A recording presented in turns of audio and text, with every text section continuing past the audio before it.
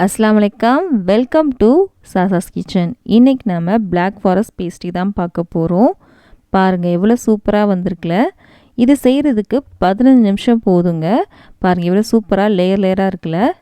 இதுக்கு நமக்கு மைதா மாவு, கோதுமை மாவு, பேக்கிங் பவுடர், பேக்கிங் சோடா, அடுப்பு எதுவுமே நமக்கு தேவையில்லை. சூப்பராக செஞ்சுருக்கோம். ப்ரெட்டு கூட நமக்கு தேவையில்லைங்க. செம்ம டேஸ்ட்டாக இருக்கும். செய்கிறது ரொம்ப ஈஸி தான்.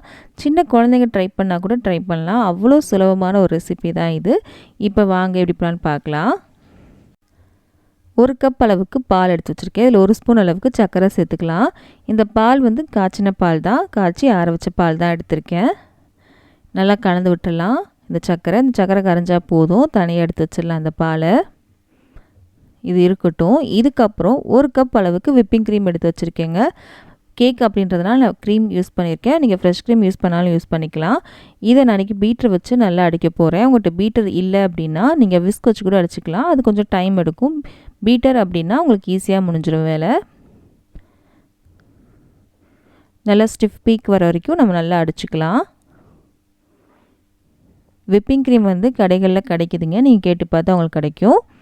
பவுட்ரு கூட கிடைக்கிது. அது எப்படி பண்ணுன்றது அந்த பேக்கெட்லேயே போட்டிருப்பாங்க.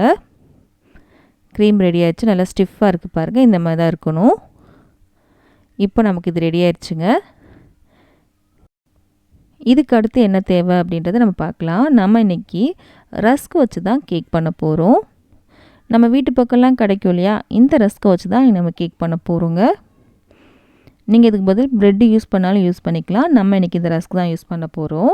இப்போ வாங்க கேக் அசம்பிள் பண்ண ஆரம்பிச்சிடலாம். இந்த மாதிரி ஒரு சாப்பிங் போர்டு எடுத்திருக்கேன். நீங்கள் தட்டு கூட எடுத்துக்கலாம். நம்ம இதை செட் பண்ண தான் போகிறோம்.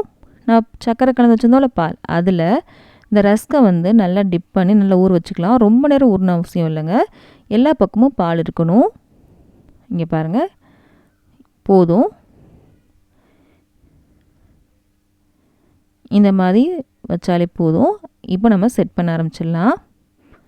நாளைக்கு 3 பேஸ்ட்ரி பண்ணுறேன். அதனால் 3 ரஸ்க் வைக்கிறேங்க.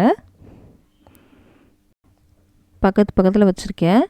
இது மேலே நம்ம செஞ்சு வச்சுருந்தோம்ல விப்பிங் க்ரீம், அதை ஒரு பைப்பிங் பேக்கில் போட்டு வச்சுருக்கேன். உங்கள்கிட்ட பைப்பிங் பேக் இல்லைன்னா பால் கவர் இருக்கு இல்லையா, அதை கூட நீங்கள் யூஸ் பண்ணலாம். எல்லாத்துலேயும் இப்படி ஃபில் பண்ணிக்கலாம். நிறைய பேருக்கு விப்பிங் க்ரீமே கிடைக்க மாட்டேங்குதுன்னு கமெண்ட் பண்ணுறீங்க. விப்பிங் க்ரீம் எல்லா இடத்துலையுமே கிடைக்குதுங்க. நீங்கள் கேட்டு பாருங்கள், உங்களுக்கு கிடைக்கும். கத்தி வச்சு கூட அதை சமப்படுத்தலாம். நான் அன்றைக்கி ஸ்பேட்சில் வச்சு சமப்படுத்தி காமிக்கிறேன். அதுக்கப்புறம் கத்தி வச்சும் செஞ்சு காமிக்கிறேன். எல்லா பக்கமும் இந்த மாதிரி சமப்படுத்திக்கலாம். சமப்படுத்தியாச்சு. இது மேலே செரி இருக்கு இல்லையா, அதை சின்ன சின்னதாக கட் பண்ணி வச்சுருக்கேன். அதை நம்ம இதில் சேர்க்கலாம். சேர்த்தாச்சு. இதுக்கப்புறம் அடுத்த லேயர் இதே மாதிரி 3 ரஸ்க்கை அந்த பாலில் டிப் பண்ணி இந்த மாதிரி அரேஞ்ச் பண்ணுறேன். உங்களுக்கு எவ்வளோ பேஸ்ட்ரி வேணுமோ அதுக்கேற்றாப்புல நீங்கள் அரேஞ்ச் பண்ணிக்கோங்க. நான் 3 செய்கிறேன் அப்படின்றதுனால 3 வச்சுருக்கேன். நீங்கள் 4, 5 கூட நீங்கள் செய்யலாம். அதே மாதிரி தான் விப்பிங் க்ரீமையும் நம்ம போட்டுடலாம்.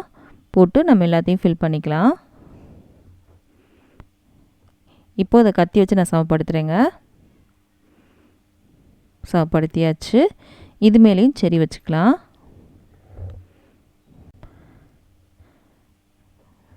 வச்சாச்சு. அதே மாதிரி அடுத்த லேயர் நான் இன்றைக்கி 3 லேயர் பண்ணுறேங்க. ரஸ்க் வைக்கும் போது பக்கத்தில் வைக்கணும். அதுதான் ரொம்ப முக்கியம். அடுத்ததையும் வச்சிடலாம். வச்சுட்டு சமப்படுத்திட்டு இது மேலேயும் விப்பிங் க்ரீம் வச்சுட்டு சைட்லலாம் இப்போ நம்ம கவர் பண்ணணும். சைட்லேயே நம்ம கவர் பண்ணலாம். அப்படியே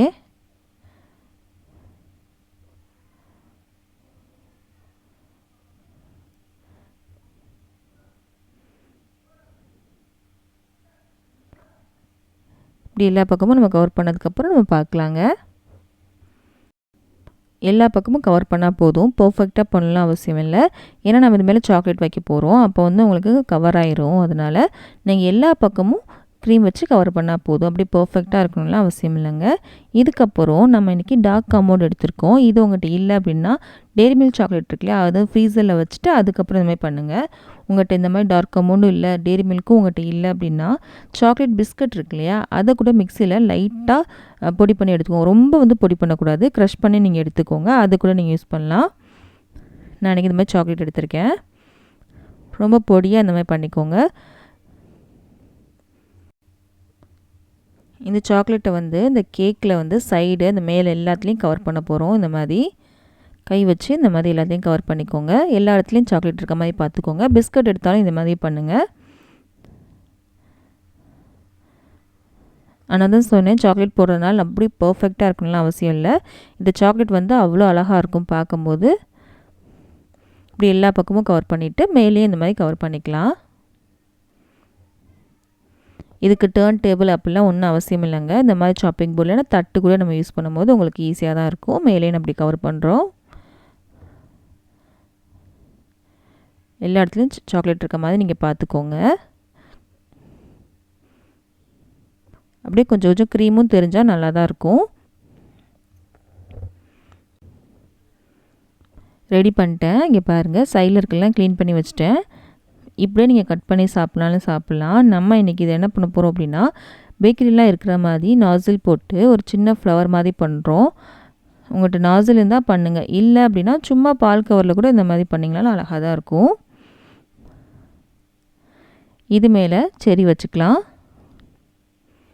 பார்க்க அழகாக இருக்கும். பாருங்கள் எவ்வளோ அழகாக இருக்குல்ல, செம்ம டேஸ்ட்டாக இருக்குங்க. செய்கிறது பாருங்கள் எவ்வளோ ஈஸியாக பண்ணிட்டோம் அப்படின்னு. இதுமாரி நம்ம செரி வச்சிடலாம். கண்டிப்பாக இந்த வீடியோ பிடிச்சிருக்கும் நம்புகிறேன். பிடிச்சிருந்துச்சி அப்படின்னா மறக்காமல் நம்ம சேனலை சப்ஸ்கிரைப் பண்ணிடுங்க. பக்கத்தில் இருக்க பெல் பட்டனையும் கிளிக் பண்ணிடுங்க. அப்போ தான் இனிமேல் போட போகிற எல்லா வீடியோவும் சேரும். இந்த மாதிரி ரெசிபீஸ்லாம் உங்கள் ஃப்ரெண்ட்ஸ்க்கும் ஃபேமிலிஸ்க்கும் பிடிக்கும் அப்படின்னா அவங்களுக்கு இந்த வீடியோ ஷேர் பண்ண மறக்காதீங்க. நம்ம அடுத்த வீடியோவில் சந்திக்கலாம்.